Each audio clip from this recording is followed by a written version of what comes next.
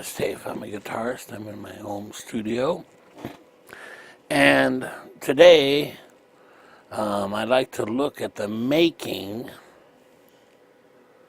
of my 100th album, which has been newly reissued. And I created my 100th album called Modern Rock Guitar, Volume 100, Natural Textures. And originally I recorded this in March of 2007. And it was actually my 10th album of 2007.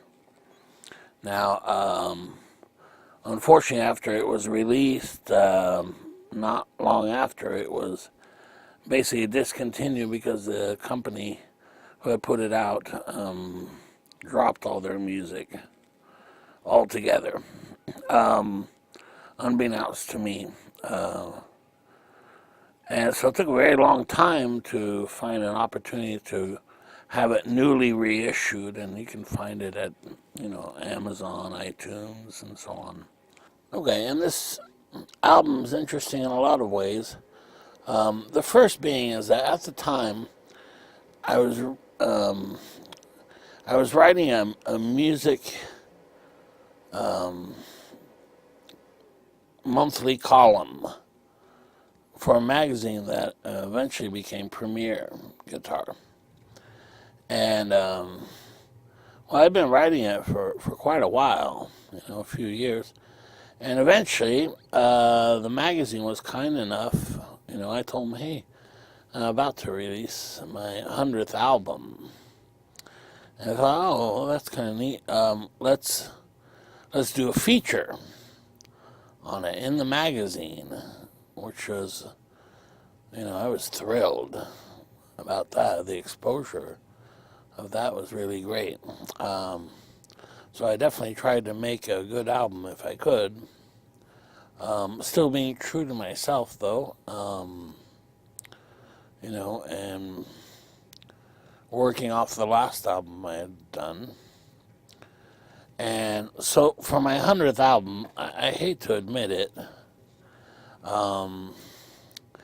but it's actually influenced by the great outdoors, in particular the movie Deliverance.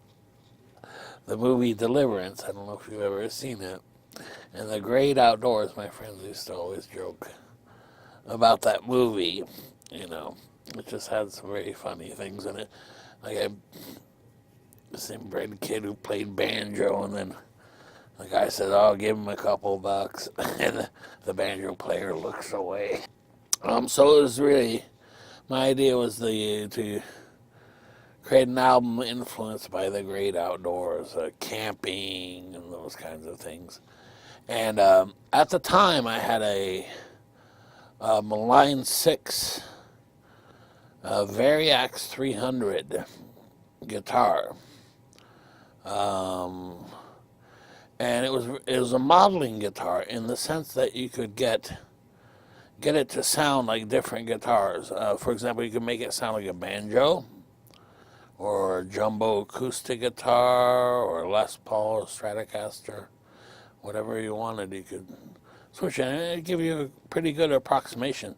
The actual guitar felt really cheap, but the sound was really good, and it was a lot cheaper than buying a banjo and then a jumbo acoustic and so on. So it could create all those different sounds. They still use the Variac idea in modern guitars, but now they're super expensive. Back then, the 300 was, about $300 really, new. Nowadays, I think they're $700 to $1,500 and so on. In any case, so not only was it my 100th album, but it was going to be featured in a magazine, which I was really thankful for, and it was going to be influenced by the outdoors. So let's begin with the first track and see how I did here. The first track is called Foggy Creek. It was really an intro track. And from what I recall, as you'll hear, I'm actually playing guitar, but it's that variax guitar, and so it sounds like a banjo, right? Which is also featured in the Deliverance movie. Okay, so let's hear that. So that's a drum sample of the drums. And there's a variax guitar.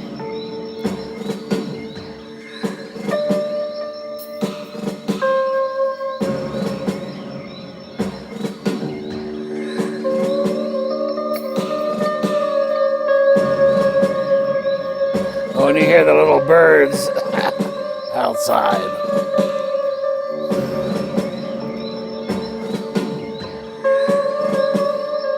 And I'm very wrong, actually. I did not use the banjo variax on that track. It's prior to that. So this is really just an intro track. And I'm playing really just a couple notes on guitar. If you hear, it's this kind of kind of a bending guitar.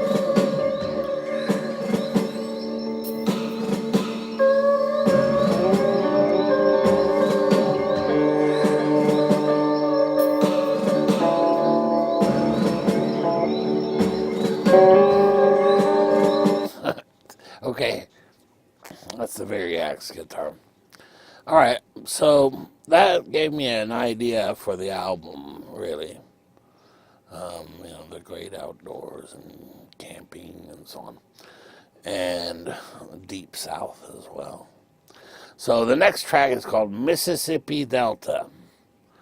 Let's take a listen to that. There's the banjo, the variax guitar. And there, the fake slide.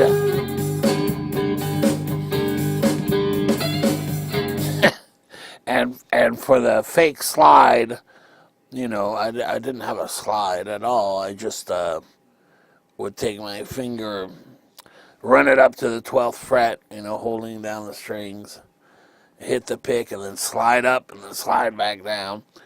Gave it kind of that slide sound. And I think this was a banjo or, you know, the variax guitar also had a dobro type sound, which was usually played with a slide. All right, let's continue taking a listen to that.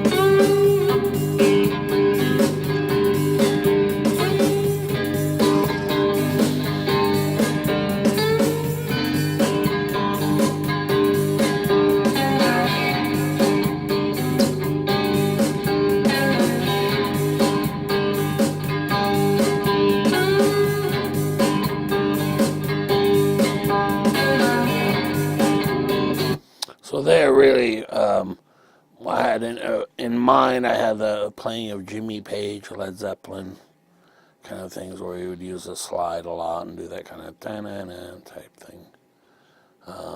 So that was a variax guitar. It was a lot of fun. There.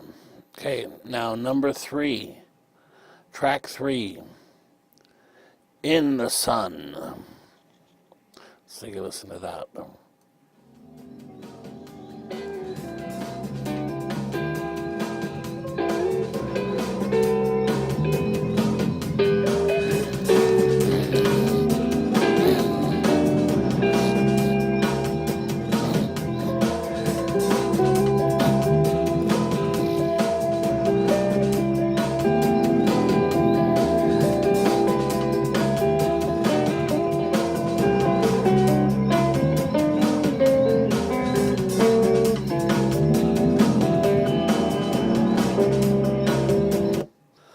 It's actually where I play the guitar, lowered an octave to create a bass sound, and then looped. And then for whatever reason, that auto panner is on there. The other thing to remember is, I remember at this time, I was having problems with getting a nice set of monitors, studio monitors. So it was really hard for me to judge bass sounds and things, you know, if there's too much bass or too little bass and so on. Okay, we'll continue this thing here.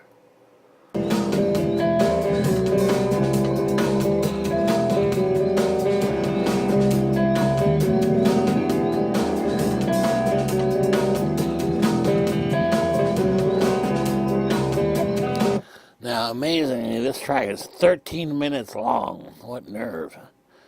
All right, let's move it along to about the 7-minute mark. Here we go.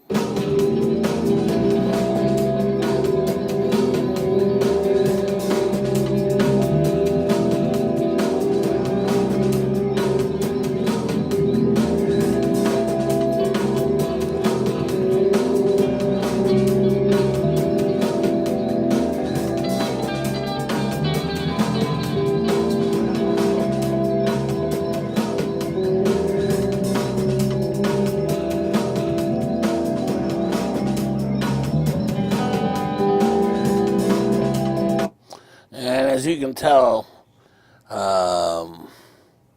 you know, obviously looping, ambient type guitar sounds.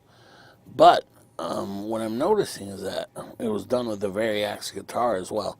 Yeah, I had already done one album with a Variax guitar, and that was an album '98, Life in the Fast Age, 2 albums before. And that was all Variax guitar. I had just gotten it. But I noticed that I use it here quite often. Okay, let's move on to the next track. And Volume 4, Last Mile Marker. Let's take a listen to that.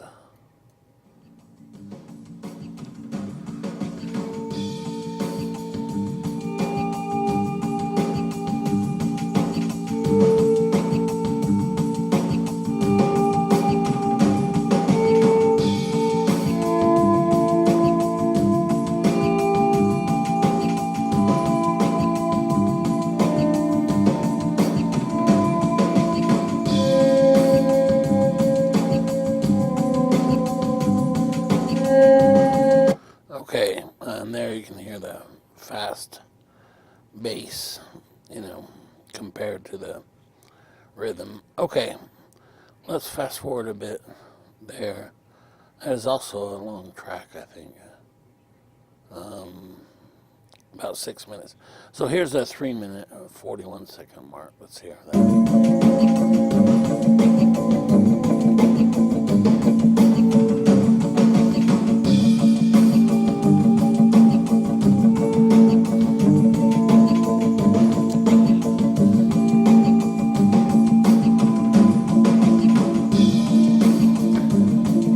So there I'm doubling on guitar what I was playing on bass as well. That very much like a theme from Shaft, which I used to have an album of years ago, back in the 79, I think, 77. It's one of my first albums I ever had, and it very much had that kind of thing. So this is similar. Okay. Let's hear a little more of that.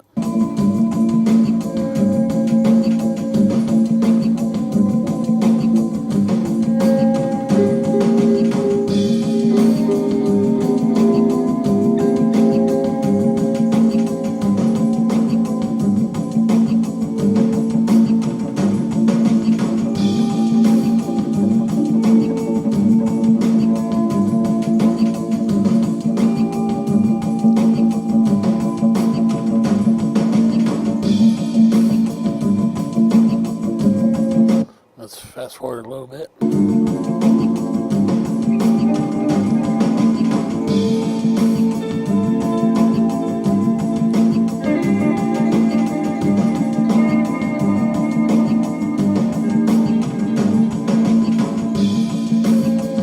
very much a rhythmic bass track, not a lot of guitar solos and so on. I think what I find funny is there's a little cricket sample in there. Why would I put that in there? I don't know. But it sounds like a little cricket if you listen closely. Hear that?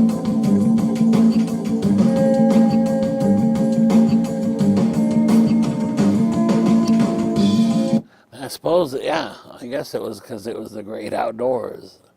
So keeping in that theme, I put in the little cricket. I'm guessing, I don't really know. Okay, now, here's an infamous track because of the title. It's 9 minutes long. Albino Swamp Rats. Track 5, Albino Swamp Rats. Okay, let's take a listen to that.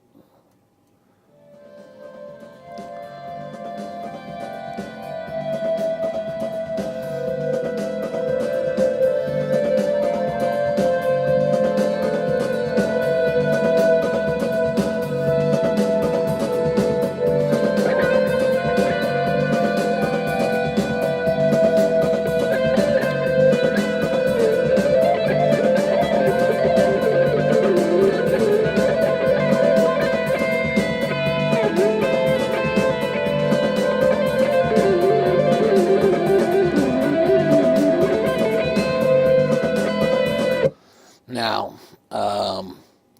here, one thing, I'm using a chromatic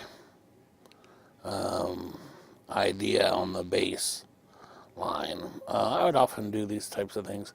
Play in a scale, but in a real dissonant way. And so that bass line was this chromatic line. And also a lot of guitar playing. Because remember, it was going to be featured in a guitar magazine. So, okay, let's fast forward here because it's a really long track. Let's go to the 6-minute mark.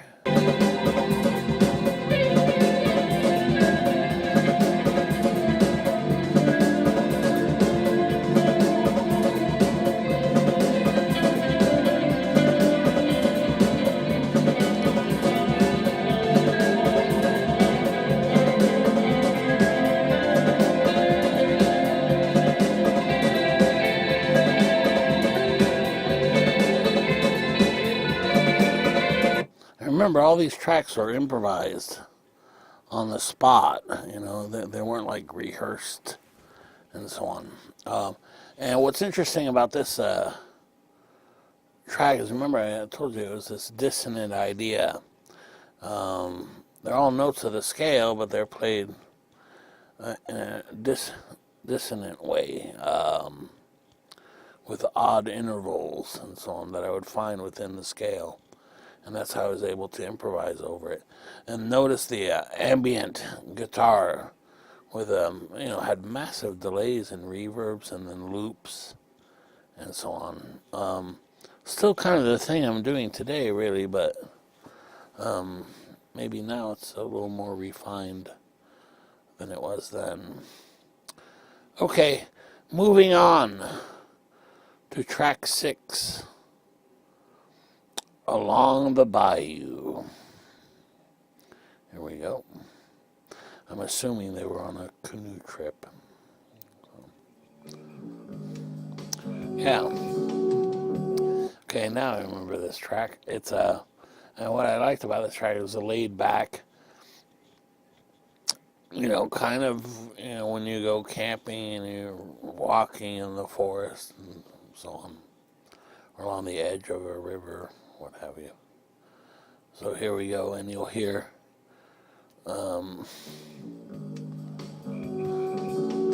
the crickets and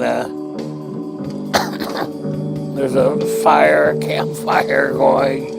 You can hear the specials of that.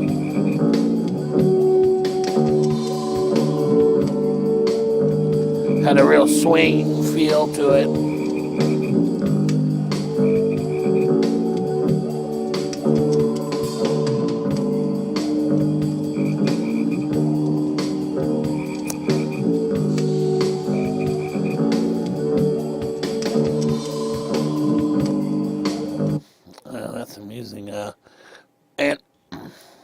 But to me, it really shows when I found a theme to an album, I would throw myself totally into it. And I came up with some creative ideas, I think. I would never come up with that track any other way than thinking of that theme, the outdoor theme. And, when you go camping or you're sitting around a campfire or what have you, the kind of sensation or emotion that it creates on there. So I was definitely thinking about these things. I'm playing. Okay, moving on. Track 7. White Oaks.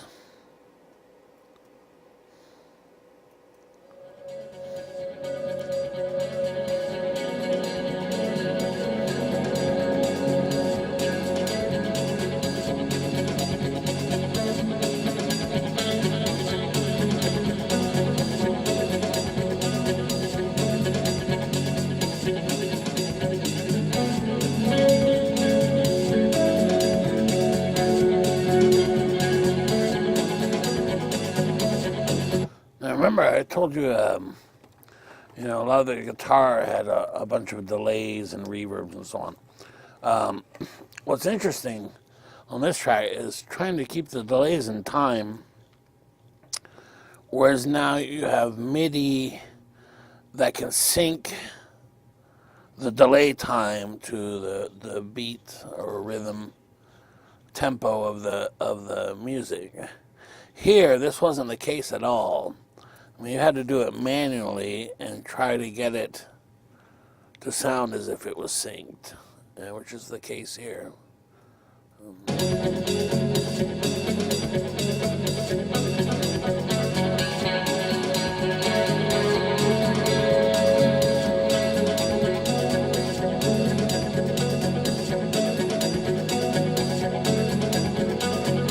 And it's interesting because it really resembles the kind of thing I'm doing now in some ways, as far as delays go. I really love that delay sound. Very much like a David Gilmour, kind of Pink Floyd delay sound, the wall and so on. Okay, moving on.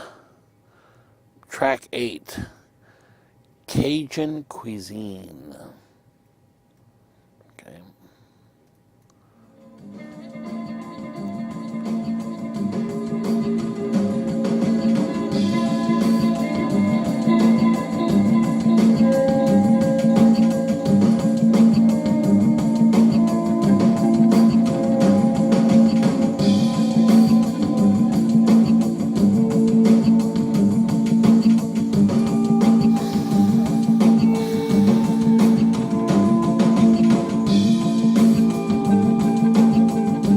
Okay, and here you can see kind of building that tension,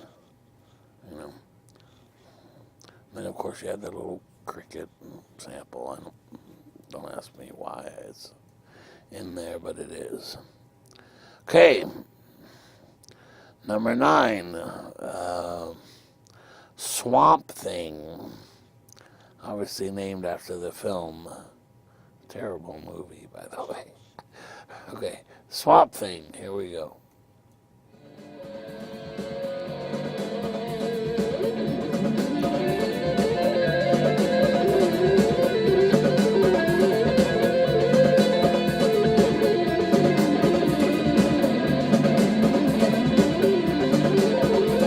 Okay, and there, it's actually part of an earlier track that we heard, but it was really where I'd taken it as far as it could go musically, for me anyway at the time. And this is basically a solo section.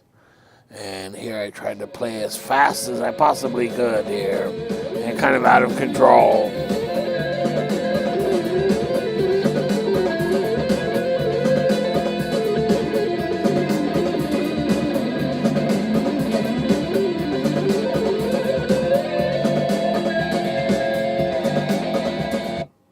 Well, I wanted to, if it was going to be in that magazine and people were going to hear it, I wanted them to know that, it's part of the shred guitar thing.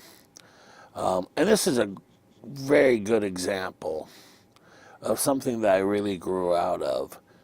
And I'd almost call it a bad habit. Coming out of late 80s, learning to play guitar, where the main thing was how fast you could solo. And that's a perfect example of it. To me, that doesn't sound very musical right there. That kind of, it's almost like how you shouldn't solo, really. But, it's to show technique on there. It's fun to play, but, you really have to ask yourself, well, how musical is that? And in fact, most of my music these days have very, very few solos, because most of them just aren't very musical. Anyway, moving on, track 10. Crawfish Gumbo. All right, let's see, Louisiana or what have you. Crawfish Gumbo. Okay, let's take a listen.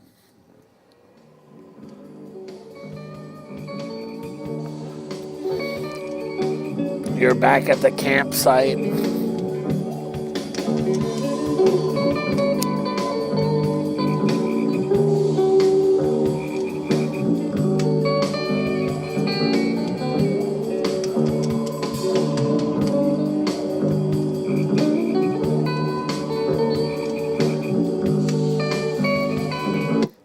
Now look, I'm not a jazz player. I don't even like it. I can't stand to hear it. It's kind of, to me, when you hear a jazz solo, it's boo-doo, boo-doo, blah, blah. To me, it's like someone talking in a foreign language, and you can't understand what they're saying. But I was pleased in this track because I was trying to imitate kind of a jazz, real laid-back solo. So I would use, major seventh arpeggios, for example. I hear them in there. I don't know, I'm just not a jazz person, but I was pretty pleased that this sounded a little bit like jazz. Okay, moving on. Track 11. Louisiana Creole. Let's take a listen to that.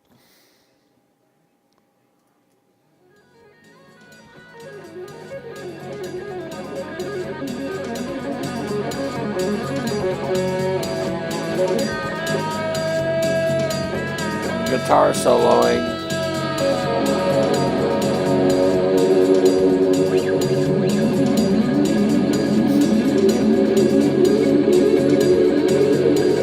Remember, I told you speed was important. Well, there you go. That's showing, hey, man, I can play fast. When I hear it now, it's kind of like, yeah, well, it's okay. What I did like there is one thing that I did do a lot of times to play normal sounding solo guitar, and then I would hit a switch and turn on these gigantic reverbs and delays, trying to give it depth, a different sound as if it was further away, which is what you hear here.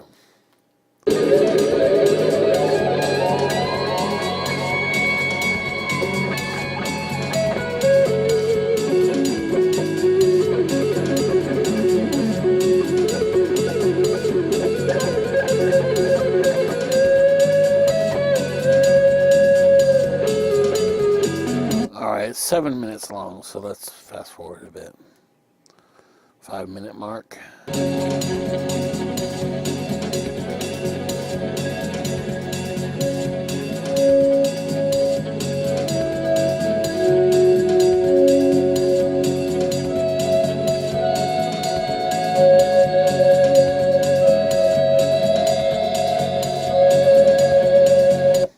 And this track, I remember, to me, kind of reminded me of, running through trails. If you look on the album cover, it's actually a trail going, very reminiscent of woods around here, in fact, where I am now in Bloomington, Indiana, out by Lake Monroe and so on. It's very much like that. Okay, moving on. Number 12. Catfish on the Campfire. I remember when I was younger, I used to see a restaurant in it, and they had catfish. Well, I'd never eaten catfish. I still don't think I've eaten catfish. Some people like it, I guess. I don't know. I was told it was a bottom feeder. I don't know. Anyway, it's called Catfish on the Campfire. And remember, I didn't name these tracks until after they were recorded. So I didn't have that in mind or anything. Let's take a listen to that. It's a very short track. Ah!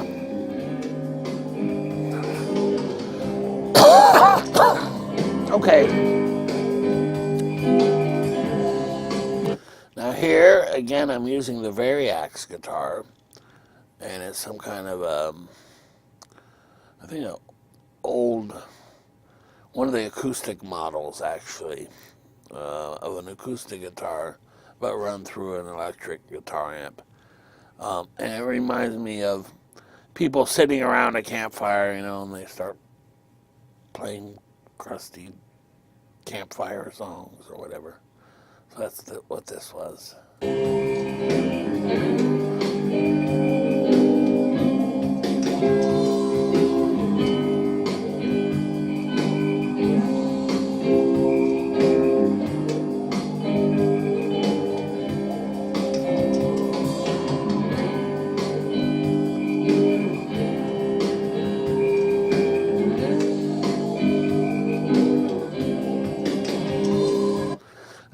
I'm quite impressed at how spot on it was. The idea, it really does sound like somehow what you'd hear, sitting around a campfire, I'm guessing. All right, number 13, kind of a silly title, Gator Skins, as an alligator, in Florida and so on, they have those alligator farms and so on. I really don't like those animals much. Anyway, Guitar Skins, let's take a listen to that.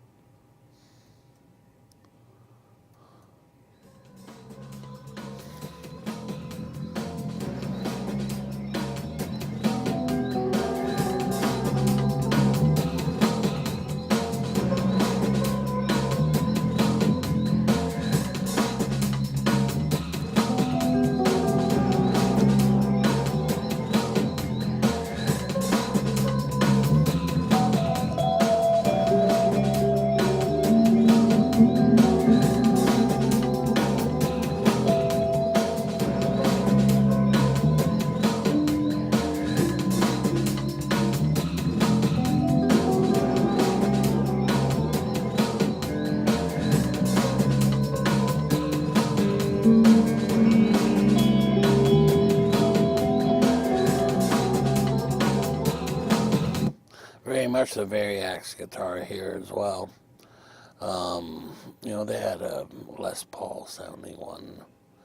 That's what I was using there, and it's very similar to the intro track, but expanded on. Okay, moving on. Number 14, the Wetlands. Let's check that out.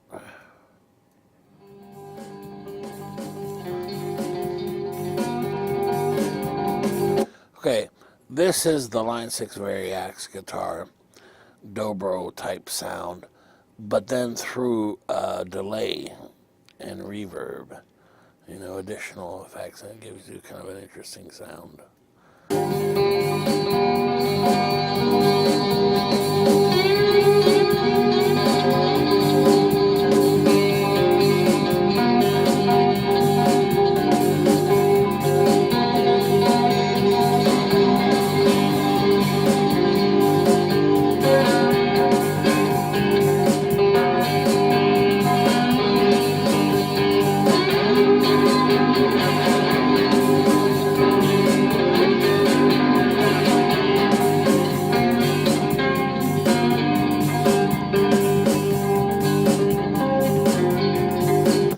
it's almost a pre-country sound, kind of like a Rolling Stones type sound, really.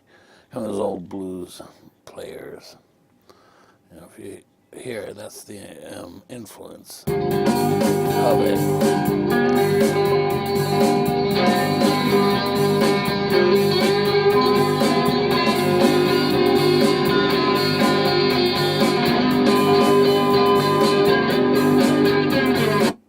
Yeah, definitely kind of 50s type guitar, really.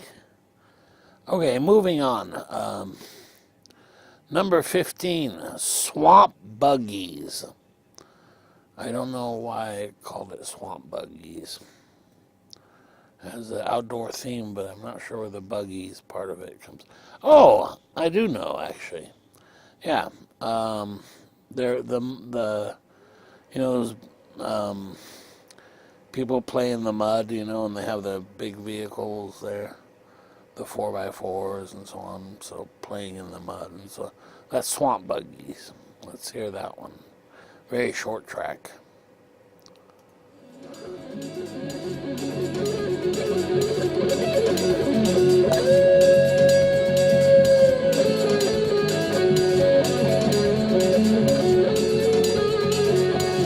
Okay, again, this is basically a solo, is what it is. And I think I left it in there because at the time I was really pleased because I had used some new arpeggios I had learned and was trying to incorporate them into my playing. So, it's all right. We'll hear a little more of that. Let's see.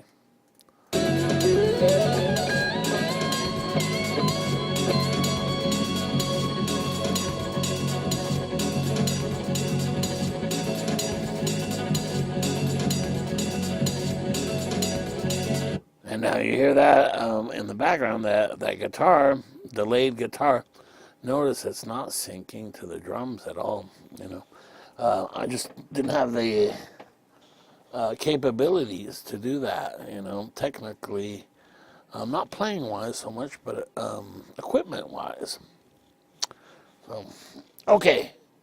Now, 2 tracks left. And they're basically the ending of the album. All right, there's certainly been unusual. Okay, this one's called Happy Trails. Very short track too. And it's kind of a goodbye track, basically. And remember I told you about strumming acoustic guitars around the campfire and so on. So I used the Variax guitar to sound like an acoustic and came up with a strumming pattern. It actually turned out pretty nice, I think.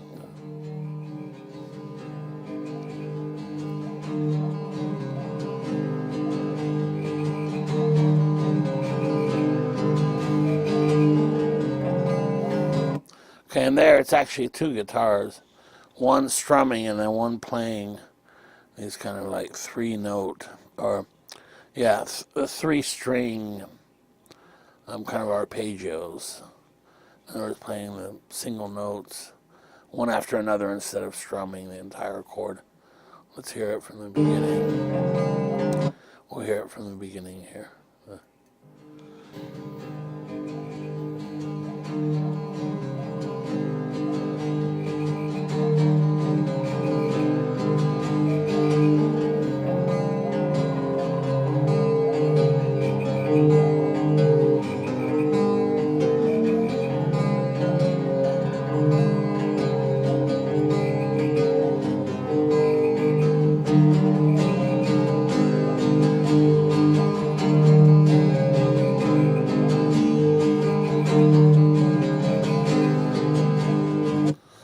So that was called Happy Trails, and that was basically the end of the album.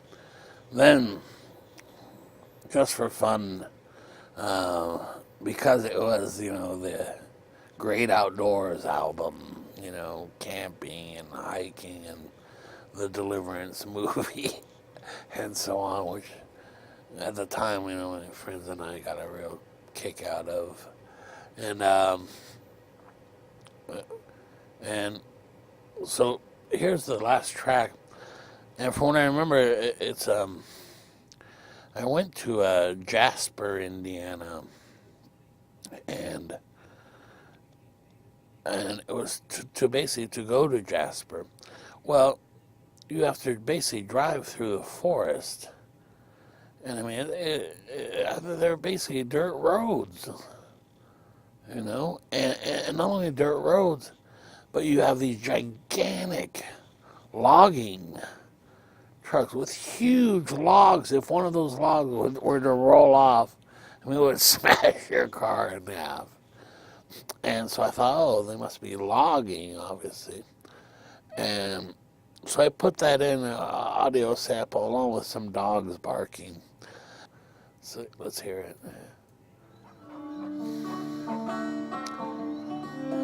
Ah! And here's the Variax guitar banjo, finally. Okay, very much kind of that backwoodsy, you know, kind of a Deliverance style, you know, good old boys type thing. I don't know. It was kind of scary. So let's hear that track. Yeah.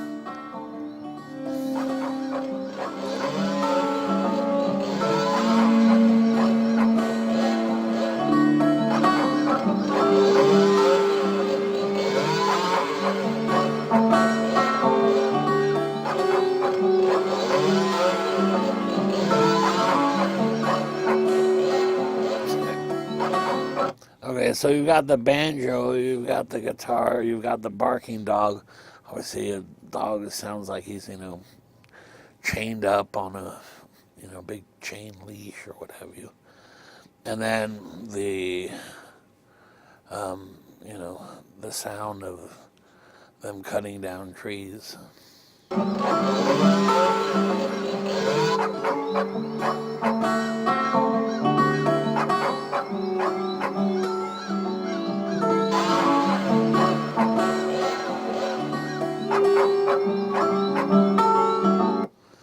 Okay, and that is the entire album, Modern Rock Guitar Volume 100, Natural Textures. And, gosh, really, looking back on it,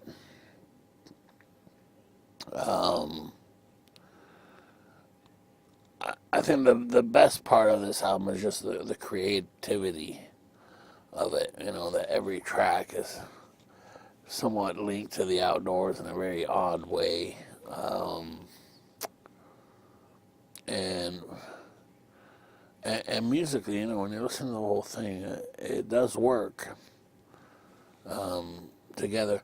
I do wish some of the tracks were a little more musical as far as the guitar solos go. You know, I think this is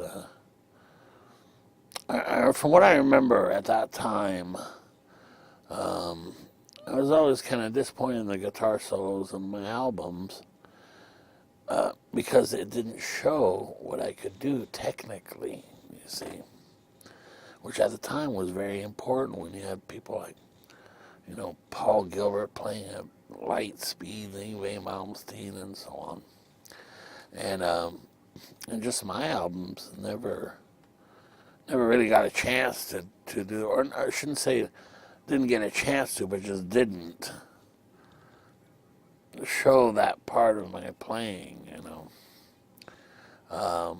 So here, I think I made a conscious effort to do that and to put in these solos and play as fast as I could and those kinds of things. And I'm somewhat disappointed about that now because looking back, you know, it's not very musical. But I think the tracks make up for it, you know. I think the inventiveness of the tracks is really